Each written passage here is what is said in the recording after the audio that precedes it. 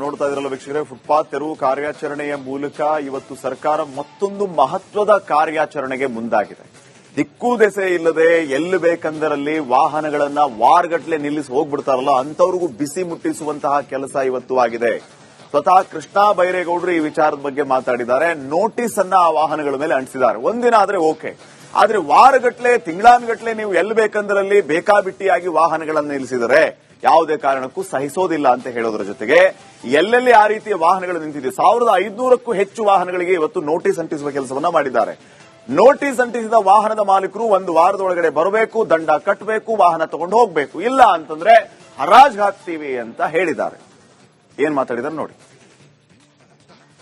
ಅಂದ್ರೆ ಬಿಡಾಡಿ ವಾಹನಗಳು, abundant vehicles, ಇವುಗಳನ್ನ ತೆರವು ಮಾಡಬೇಕು ಅಂತ ನಾನು 15 ದಿನಗಳ ಹಿಂದೆನೆ ಜನಗಳಿಗೆ ಮನವಿ ಮಾಡಿದ್ದೆ ಮತ್ತು ಎಚ್ಚರಿಕೆಯನ್ನು ಕೂಡ ಕೊಟ್ಟಿದ್ವಿ. ಆದ್ರೂ ಜನ ಅವರ ಗಾಡಿಗಳನ್ನ ರಸ್ತೆಗಳಲ್ಲಿ, ಫುಟ್ಪಾತ್ಗಳಲ್ಲಿ ಎಲ್ಲಂದ್ರೆ ಅಲ್ಲೇ ಬಿಟ್ಟು ಇದರಿಂದ ಸಾರ್ವಜನಿಕರು ಓಡಾಡೋದಕ್ಕೂ ತೊಂದರೆ ಮಾಡ್ತಾ ಇದ್ದಾರೆ. ಅಷ್ಟೇ ಅಲ್ಲ, ಜನಗಳಿಗೆ ಸೇರಿದ ಜಾಗವನ್ನ ಅವರು ಅತಿಕ್ರಮಣ ಮಾಡ್ಕೊಂಡಿದ್ದಾರೆ ಸ್ವಂತಕ್ಕೆ. ಮತ್ತು ಈ ವಾಹನಗಳು ನಾವು ಇದು ತಿಂಗಳುಗಟ್ಲೆ ಇಲ್ಲೇ ಬಿಟ್ಟು ಹೋಗಿರ್ತಾರೆ, ಯಾರಿಗೆ ಸೇರಿದ್ದು ಅಂತ ಗೊತ್ತಿಲ್ಲ. ಇದರಿಂದ ಬೆಂಗಳೂರಿಗೆ ಜನಕ್ಕೆ ಓಡಾಡೋದಕ್ಕೂ ಕಷ್ಟ, ಮತ್ತೆ ಸಾರ್ವಜನಿಕರಿಗೆ ಸೇರಿದ ಜಾಗ ಅವರು ಸ್ವಂತಕ್ಕೆ ಅತಿಕ್ರಮಣ ಮಾಡಿಕೊಳ್ಳೋದು ಕೂಡ ಕಾನೂನು ಉಲ್ಲಂಘನೆ.